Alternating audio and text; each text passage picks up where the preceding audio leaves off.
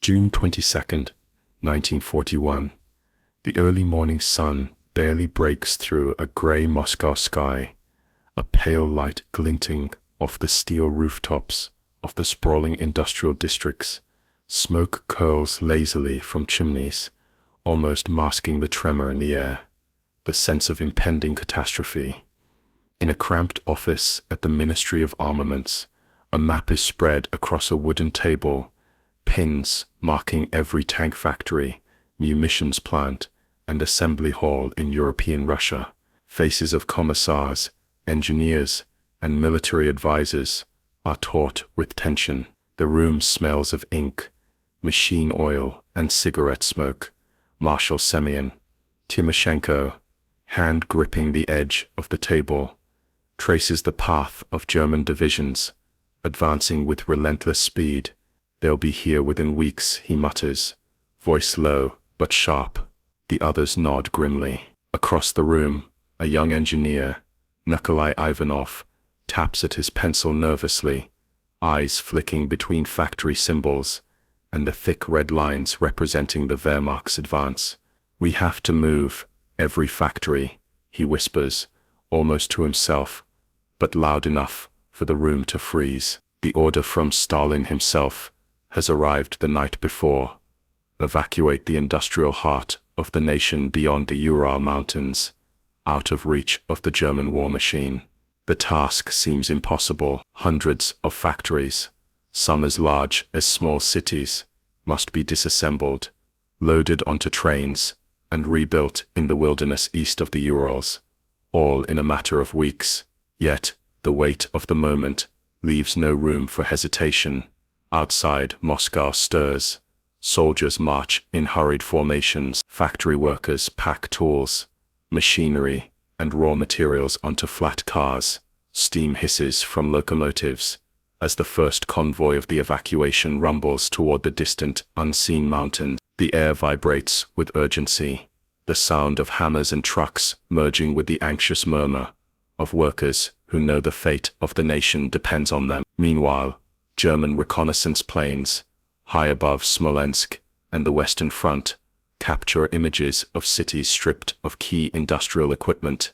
German generals, seated in shadowed war rooms, stare at the photographs with disbelief. Panzer divisions are rolling across the western steppes, yet Soviet tank production seems to vanish before their eyes. "How can a nation produce so much and yet retreat so completely?" murmurs General Heinz Guderian, eyes narrowing at reports of factories supposedly abandoned without destruction. German intelligence underestimated not only Soviet determination, but also their logistical genius. Back in Moscow, Ivanov and his colleagues supervise the disassembly of a T-34 assembly line. Steel girders creak as massive presses are lifted onto flat cars. Sparks fly from welders cutting machinery into movable sections. Every man and woman works with the precision of a surgeon under relentless pressure, knowing delay could mean the Wehrmacht capturing critical armaments intact. Outside,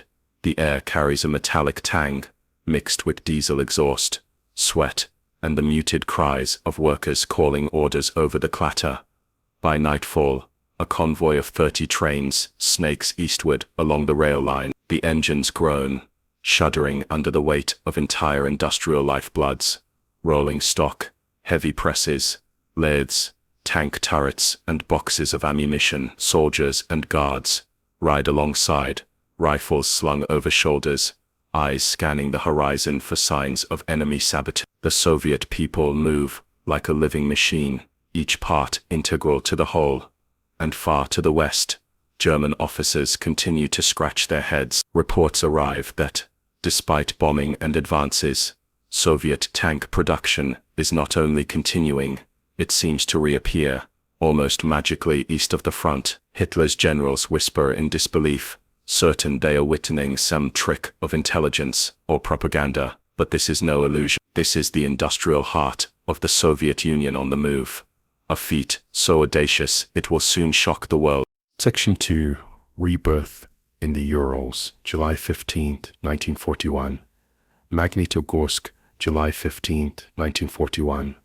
The summer sun beats down on the rocky outskirts of Magnitogorsk, a city already humming with industrial life, though now under a frenzy unlike any before. Vast flat plains stretch toward the horizon, punctuated by distant hills and the smoke of existing metallurgical plants. Into this wilderness arrived the first rail cars from Moscow, Leningrad, and Kharkov, hundreds of boxcars stuffed with the skeletal remains of factories. Engineer Nikolai Ivanov steps onto the gravel-strewn platform, wiping sweat from his brow. Around him, cranes lift enormous presses and lathes off the cars. Sparks fly as men weld frames together, reconstructing machinery that just weeks ago hummed in European Russia. The scene is chaotic yet precise, a controlled storm of manpower, steam, and iron. Faster, shouts a foreman, voice hoarse, over the drone of engines and the metallic clang of construction. Every hour counts. The Wehrmacht is advancing, and the world is watching the Soviet Union's survival hang in the balance. Women and men move in synchronized urgency. Electricians string cables, carpenters build scaffolds, and miners haul coal for the makeshift furnaces, powering the reassembled workshops. The air is thick with dust, smoke, and the acrid tang of molten metal. Soldiers patrol the perimeters, rifles at the ready, as if the forested hills themselves might harbor enemy saboteurs. Despite exhaustion etched into every face, there is a sense of purpose so profound that even the relentless sun feels secondary to the energy of creation. Meanwhile, German intelligence reports filter back to Berlin. General Erich Hoepner studies maps with frowning intensity. They are rebuilding, east of the Urals. Impossible. He leans back in his chair, glancing at aerial reconnaissance photo. Entire factories that should have been destroyed are now operational, or at least appear to be producing components. Hitler himself demands explanations, his fury barely contained, as staff officers scramble to rationalize what seems a miracle. Every new report of Soviet tanks rolling onto the front from unexpected directions fuels German disbelief. Inside the reassembled Magnitogorsk plants, workers face daily peril. Cranes groan under the weight of industrial behemoths. Welding arcs flicker dangerously near piles of timber, and the constant roar of machinery threatens deafening. Yet, amid the chaos, production lines begin to hum. A T-34 chassis emerges from the welding bay. Turrets are fitted on nearby tables. The first crates of ammunition roll down newly laid conveyors. By the end of the week, the plant is partially operational. Tanks and weapons are being assembled, tested, and prepared for shipment westward. Every detail is scrutinized. Engineers work through sleepless nights, often lying on floors alongside machinery, adjusting gears, checking calibrations, ensuring nothing is left to chance. The Soviets are not merely reconstructing, they are improving. Lessons learned from early battles are incorporated: stronger armor, better engines, redesigned turrets. Each tank leaving the factory carries the combined knowledge of frontline experience and industrial ingenuity. And yet, the German generals remain in shock. Reports of tanks and weapons arriving at front lines far behind the initial line of defense create confusion and despair. How can a nation that is retreating still reinforce itself so quickly? General Guderian mutters, pushing his hand through his thinning hair. Luftwaffe reconnaissance shows more rail cars moving eastward, disappearing into forests and mountains, each carrying the lifeblood of Soviet resistance. Intelligence officers speculate, but the truth eludes them. A logistical miracle is underway, and they are powerless to stop it. By the month's end, Magnitogorsk hums with a rhythm of industrial life unlike any in the war. Rail cars continue to arrive daily.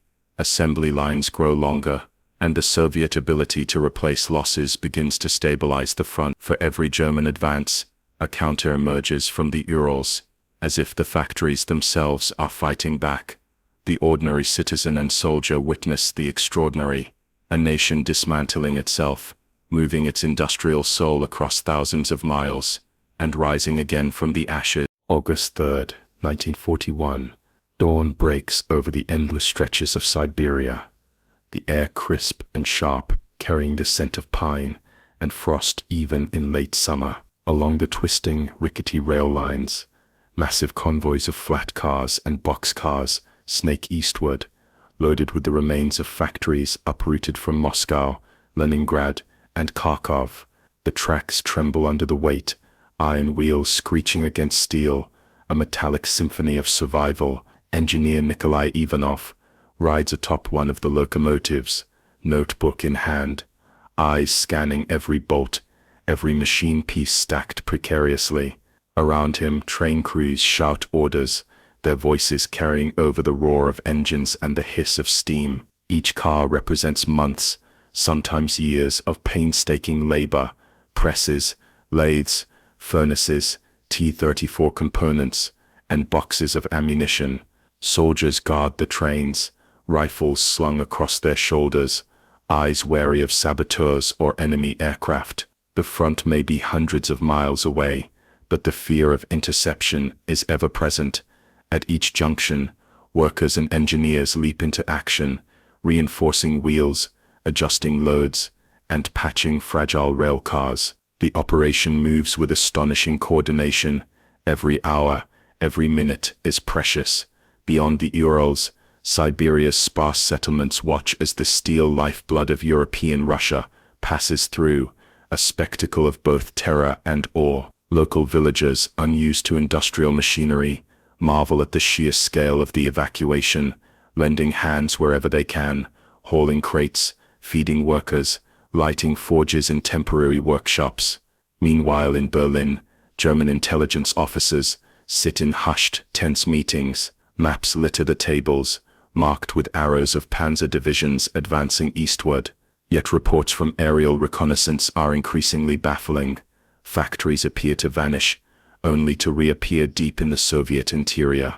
Hitler's generals are incredulous. It is as if the Russians have magic, mutters General Walther von Brauchitsch. Every new dispatch confirms their worst fears. The Soviet Union refuses to collapse under the Wehrmacht's onslaught. Back on the rails, Ivanov oversees a precarious maneuver. A massive stamping press is being lowered onto reinforced flat cars.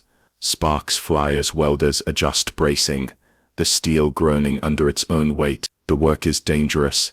One slip could crush men or destroy machinery that took decades to perfect. But the engineers and soldiers push forward, their movements precise and unwavering. They understand that the fate of the nation depends on these shipments, on moving each factory like a chess piece across an immense upheavals. As the trains wind through dense forests and across frozen rivers, the urgency is matched by ingenuity. Makeshift bridges are reinforced, engines are overhauled mid-route, and crews sleep only in brief shifts. Exhausted but relentless, each convoy's arrival further east marks a triumph. Industrial life is spreading like a hidden network, laying the foundation for tanks, guns and ammunition that will ultimately return to the front lines. German reconnaissance continues to struggle. Reports of T-34 tanks appearing where none should exist, munitions stockpiled deep in the Soviet interior, and production rates rebounding almost immediately confound their intelligence. Officers question their sources, fearing misinformation, while Hitler rages at what he perceives as Soviet trickery. Yet this is no trick, it is a feat of logistical genius, a combination of planning, discipline and sheer human will, moving mountains of metal across thousands of kilometers. By the end of August, the railways are a lifeline, an artery pumping industrial power into Siberia and beyond. Entire towns have been mobilized, their streets echoing with the sounds of machinery, hammers, and the relentless chant of workers. Each day, Ivanov and his fellow engineers see the impossible become reality. Factories dismantled in Europe are reborn in the wilderness, ready to produce the tanks and weapons that will shock the Wehrmacht in the months to come. Section 4. Steel and Sweat. September 10th, 1941. Chelyabinsk. September 10th, 1941. A chill has begun to creep into the early mornings. The Siberian air, biting and metallic, in Chelyabinsk, a city chosen for its strategic location and existing infrastructure, The first arrivals of disassembled factories are being unloaded. Railcars groan as they release massive presses, conveyor systems, and crates of armaments. Steam rises from temporary forges, mixing with the scent of hot metal and fresh-cut timber. Nikolai Ivanov moves through the chaos, clipboard in hand, coordinating teams of engineers, soldiers, and civilians. Cranes lift equipment with painstaking care. Welders arc sparks into the cold air. Sweat runs down faces, not only from labor, but from the intensity of purpose. Every bolt tightened, every machine calibrated, is a step towards survival. In one massive hall, a partially reconstructed T-34 assembly line begins to hum, each completed chassis a testament to human determination against impossible odds. Meanwhile, German intelligence continues to report anomalies. Reconnaissance planes flying over western Russia, see factories abandoned, yet new production seems to emerge far to the east. Hitler's generals are increasingly bewildered. General von Kleist frowns at reports of Soviet tanks appearing on the front, where losses should have left gaps. They are not retreating, they are reorganizing, he mutters. Each telegram from the front lines confirms it. The Soviets are producing weapons at a rate the Wehrmacht cannot anticipate, much less counter. Back inside the Chelyabinsk plant, workers move as one machine. Engineers check machinery, recalibrate presses, and supervise the placement of heavy furnaces. Women haul parts alongside men, their hands blackened with grease and soot. Soldiers guard the perimeter, rifles ready, scanning the forests for any signs of enemy activity. The scale of the operation is staggering. Entire industrial towns have risen from the plains in weeks, a feat previously thought impossible. As night falls, lanterns illuminate the sprawling construction sites. Ivanov pauses, listening to the hum of electricity and the clang of metal. Somewhere far to the west, German commanders are planning assaults, unaware that the Soviet industrial machine they hope to destroy is being reborn stronger and more efficient. Every tank chassis rolled off the line, every shell packed into crates, is a silent answer to Hitler's blitzkrieg, a promise that Soviet resistance will not merely survive, but fight back with renewed fury. Outside, the Siberian wind whips across the plains, carrying with it the smoke of furnaces, and the determined shouts of men and women who refuse to surrender. Each day, production grows, and with it the morale of soldiers and civilians alike. This is no ordinary industrial effort. It is a nation in motion, turning desperation into ingenuity, and chaos into creation. The Wehrmacht may advance, but the Soviet Union's heart, its factories, its people, its unyielding will beats on unstoppable in the shadow of the Urals. Section 5. The Miracle of Moscow's Machines. October 2, 1941. Sverdlovsk, October 2nd, 1941. Frost has begun to lace the edges of the vast plains surrounding Sverdlovsk, and the first hints of winter tighten their grip on Siberia. The city, chosen for its distance from the front lines and its rail connections, now hums with life, unlike anything it has ever known. Thousands of workers, soldiers, and engineers swarm the area, turning barren fields into a sprawling network of factories. Smoke spirals from chimneys, mingling with the chill morning air, and the rhythmic pounding of hammers and whirring of machinery forms an industrial symphony. Nikolai Ivanov moves briskly along the newly laid assembly lines. The T-34 production line is now fully operational, and the first tanks are being test-driven across nearby tracks. Engineers adjust engines, weld armor plating, and install weaponry, each step precise and urgent. The air is thick with oil, metal dust, and the acrid tang of burning coal. Yet the workers push onward, knowing that each completed vehicle is a lifeline to soldiers at the front. Far to the west, German intelligence officers are losing patience and credibility. Reports continue to arrive that Soviet tanks and artillery, seemingly conjured out of nowhere, are arriving at defensive positions previously considered untenable. General von Bock, leans over maps, in frustration. They cannot be producing so quickly, so far from the front, he says, slamming a fist against the table. The photographs from reconnaissance planes show sprawling industrial complexes, where none should exist, with smoke and activity contradicting every German assumption. Hitler himself rages at briefings, certain that Soviet reports must be falsified. Inside the Sverdlovsk plants, workers have begun implementing improvements learned from the front lines. Turrets are reinforced, engines upgraded, and production lines optimized for speed without sacrificing quality. Entire sections of factories are staffed around the clock, with shifts of exhausted but determined workers, passing equipment and materials with machine-like precision. Cranes lift massive components, welders arc sparks into the night, and engineers coordinate an intricate ballet of machines and manpower that continues uninterrupted. Even as winter encroaches, the Soviet industrial machine refuses to falter. Rail cars loaded with tanks, shells, and ammunition depart daily, snaking their way west toward the front. Soldiers load and inspect each shipment, ensuring that nothing is lost to delay or mismanagement. The speed and efficiency astonish all who witness it.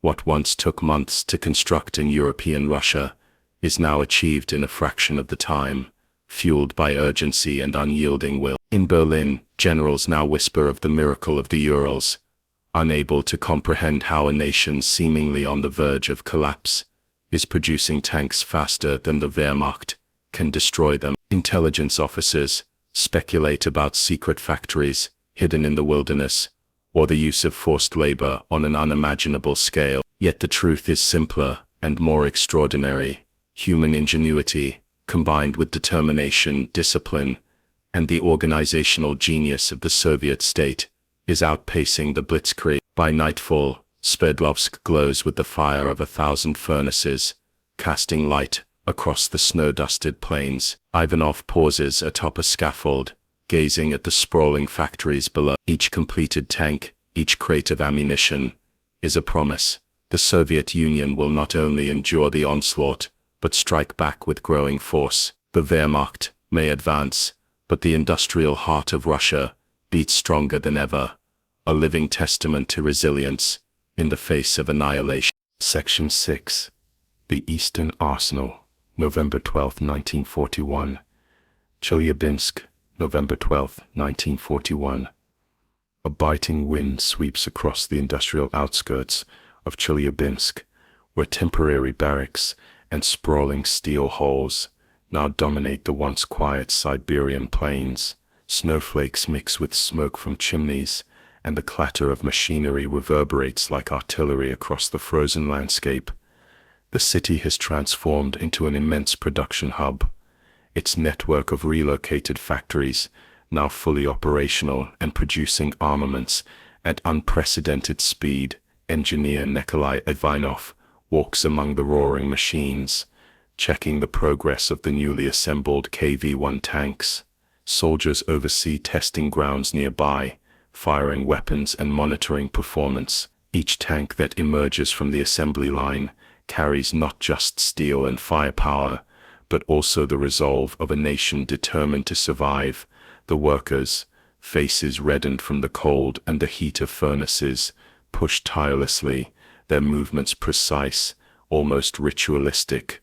Every bolt, every turret, every shell is accounted for, inspected and sent westward along the rail lines. Back in Germany, the frustration grows. General Franz Halder pores over intelligence reports and aerial photographs. Factories that should have been dismantled and destroyed continue to operate thousands of kilometers from the front. Soviet production numbers, tanks, artillery, ammunition are climbing despite territorial losses.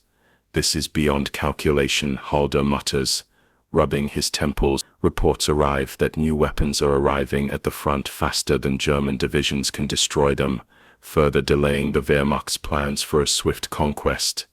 Meanwhile, Chelyabinsk hums with life. Engineers improvise solutions to bottlenecks, welders adapt presses to fit different machinery, and logistics teams coordinate shipments across the snowbound rails. The city is a living organism, every resident part of the body working in concert. Cranes lift heavy components into place. Workers carry ammunition and turret shells across makeshift bridges, and convoys depart daily for the western front lines, their cargo ensuring that Soviet defenses remain resilient. Every evening the factory floors glow under the harsh light of lamps, casting long shadows across snow-covered streets. Soldiers drill alongside civilians, preparing to defend the city if needed. Each day the industrial pulse grows stronger. By mid-November, production in Chelyabinsk rivals or surpasses what the factories in Moscow and Leningrad had managed before the evacuation. What once seemed impossible, relocating entire industrial complexes across thousands of kilometers, is now a brutal reality, a testament to Soviet determination and planning. German generals, meanwhile, cannot fathom the scope of the operation. Reports of tanks and ammunition reaching the front lines continue to arrive, contradicting every assumption of the blitzkrieg's effectiveness. Intelligence officers speculate wildly. Hidden factories deep in the Siberian wilderness, unprecedented labor mobilization, even clandestine supply lines from neutral nations. None grasp the truth that the Soviet Union has executed one of the greatest logistical feats in history, moving its industrial heart beyond the reach of its invaders and setting the stage for counteroffensives that will reshape the war. As night falls, Ivanov gazes out at the sprawling complex. Smoke spirals into the frozen sky, train engines hiss along the tracks, and distant artillery tests echo across the plains. Each sound, each movement, signals a nation that refuses to yield. The Soviet industrial miracle, born from urgency and necessity, is now in full motion, and the German generals who dismissed it as impossible are beginning to realize that they are witnessing something they cannot stop. Section 7. Shock in Berlin. December 5, 1941. German High Command. December 5, 1941. A bitter wind whips through the streets of Berlin, rattling windows in the Grand Reich Chancellery. Inside, the ornate war rooms, lit by flickering electric lamps, are filled with tension and disbelief. Maps litter tables, marked with the relentless advance of panzer divisions into Western Russia. Yet German officers can't ignore the reports flooding in from the Eastern Front.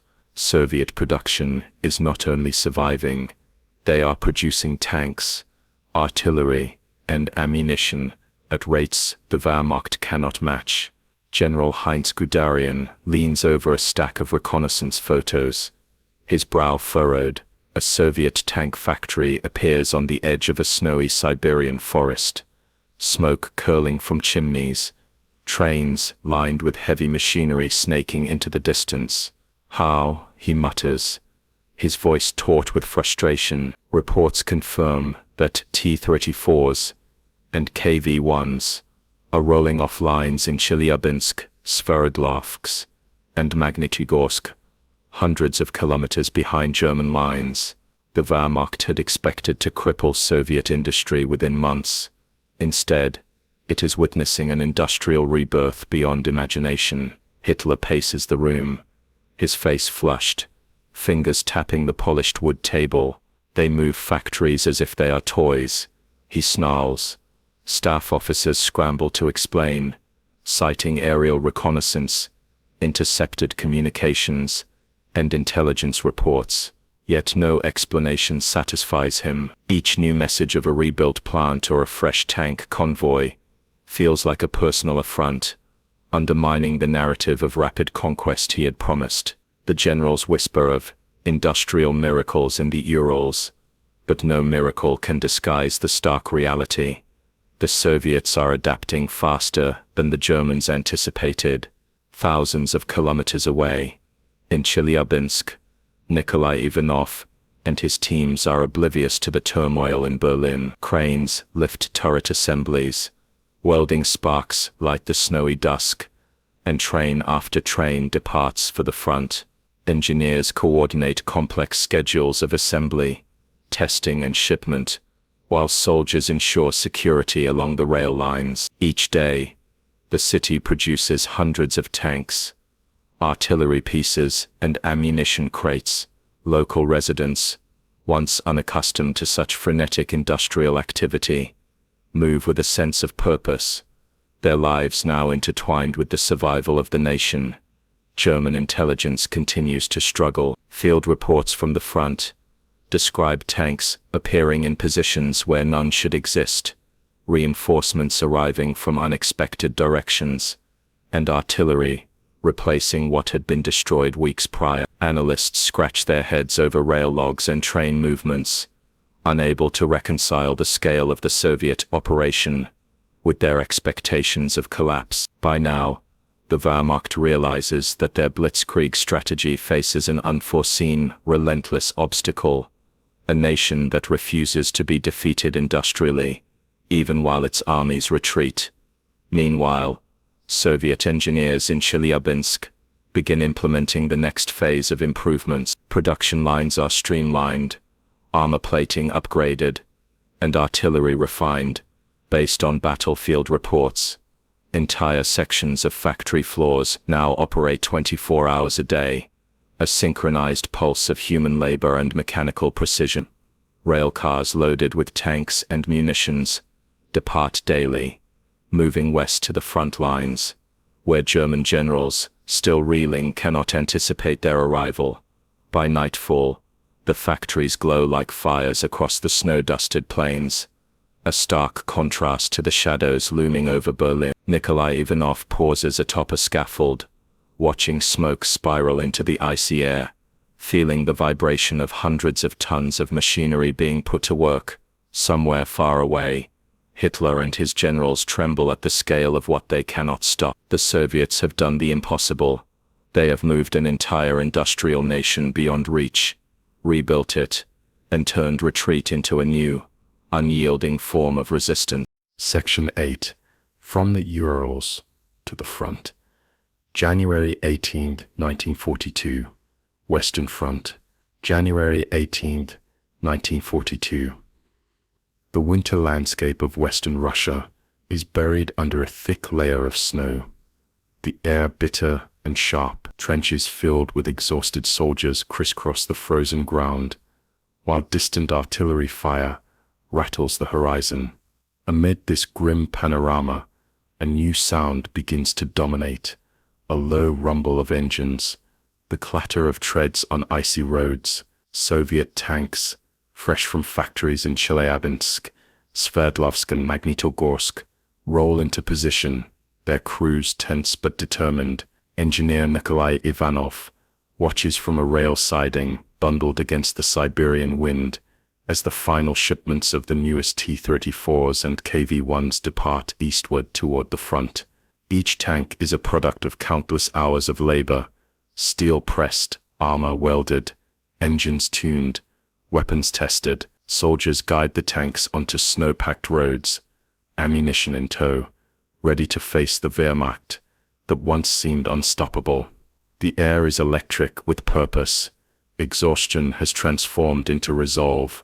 At the front, German generals are confronted with a reality that shakes their assumptions. Units expecting weak or disorganized resistance suddenly face freshly equipped Soviet forces, their tanks modern and formidable. General Guderian reviews dispatches with incredulity. They cannot have rebuilt so quickly. It is impossible. Reconnaissance reports confirm the deployment of T-34s in positions previously stripped of armor. German officers struggle to recalibrate their strategies as Soviet reinforcements appear, seemingly out of nowhere. Behind the scenes, the logistics of the Urals operation continue without pause. Rail lines are cleared and maintained. Train crews endure sub-zero temperatures, and engineers coordinate the seamless flow of machinery, weapons, and personnel. Each convoy carries not only equipment, but hope, transforming Siberian industrial centers into lifelines for the front lines. Soldiers arriving to crew the tanks find ready-made vehicles and ammunition, a stark contrast to the desperate improvisation that characterized earlier engagements.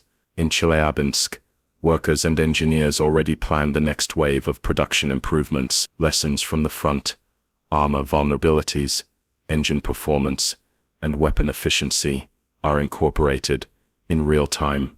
Production is continuous, a living system that learns and adapts. Meanwhile, German intelligence is scrambling, desperate to anticipate movements, but each report only confirms what they cannot change. The Soviet industrial machine is fully operational, resilient and unstoppable. By nightfall, the newly delivered tanks roar along frozen roads toward the front lines, their tracks leaving deep impressions in the snow.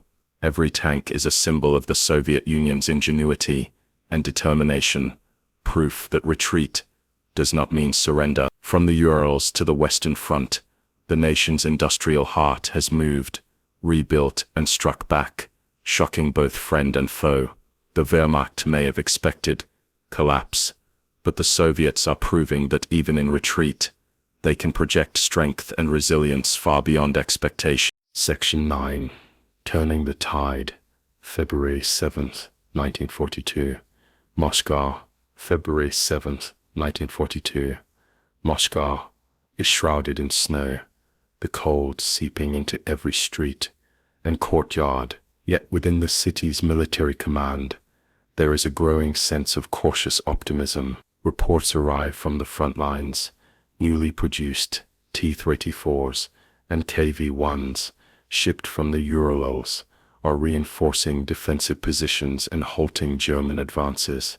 Soviet soldiers, once outgunned, now operate tanks and artillery built thousands of kilometers away, their morale bolstered by a tangible, mechanical testament to their nation's resilience.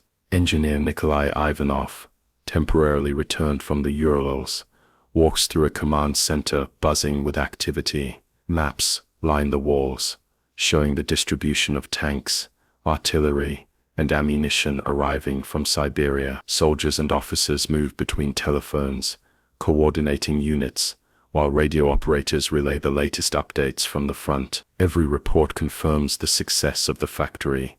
Relocations. The Soviet Union is no longer simply defending, it is replenishing, reorganizing, and preparing to counterattack. In Berlin, disbelief has reached a fever pitch. Hitler and his generals struggle to reconcile intelligence with reality. They've moved an entire industrial nation beyond reach, mutters General von Bock, eyes scanning rail logs and factory photographs. Reports of tank and artillery deployments in areas thought to be stripped bare continue to pour in. The Wehrmacht faces not a retreating opponent, but a reinvigorated one, equipped with weapons they believe destroyed or captured. Meanwhile, the Urals continue their relentless output. Factories in Chelyabinsk, Magnitogorsk, and Sverdlovsk operate around the clock, implementing improvements learned from battlefield feedback. Each shift produces hundreds of components.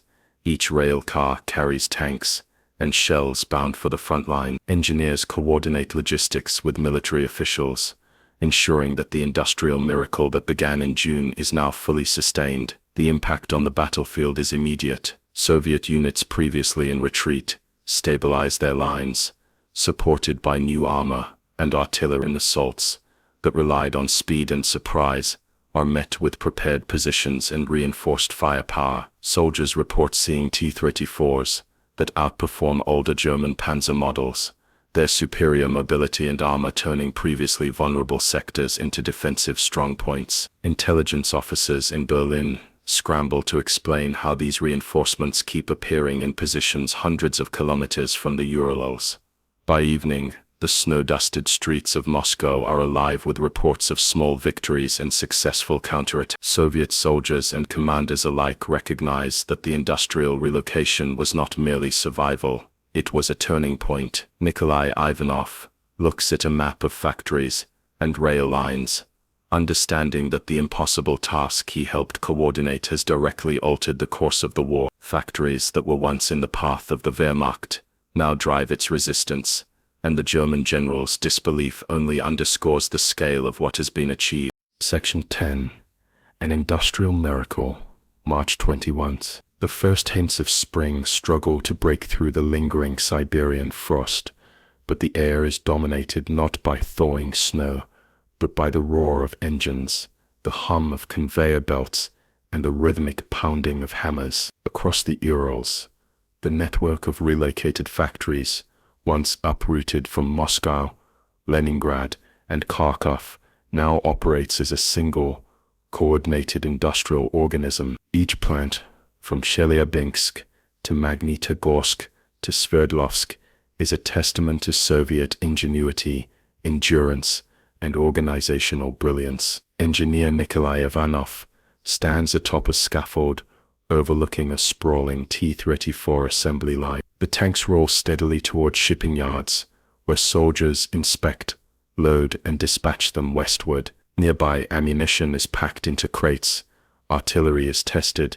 and spare parts are readied for delivery. Every movement is precise, the result of months of planning, improvisation, and relentless labor. The sound of machinery, the hiss of steam, and the shouts of workers form a symphony of survival, an industrial heartbeat that pulses across thousands of kilometers. Far away in Berlin, the Wehrmacht grapples with a harsh truth. Reports from the front lines show Soviet counterattacks, coordinated with freshly produced tanks and artillery, frustrating German advances and stretching supply lines thin. General Heinz Guderian, now visibly worn and frustrated, leafs through reports showing production numbers higher than expected. They have done the impossible, he mutters under his breath. Intelligence officers confirm it. More than 1,500 factories have been relocated beyond the Urals, fully operational, producing war material faster than the Germans can destroy it. Back in the Urals, improvements continue. Lessons from the battlefield inform design tweaks, stronger armor, more reliable engines, improved weaponry. Entire shifts operate 24/7, engineers coordinating rail schedules, supply deliveries, and factory operation. Workers, soldiers, and local residents contribute in an intricate choreography of manpower and skill. The once daunting task of moving Europe's industrial heart has become a living, breathing reality, reshaping the war in ways German generals cannot comprehend. The impact is undeniable.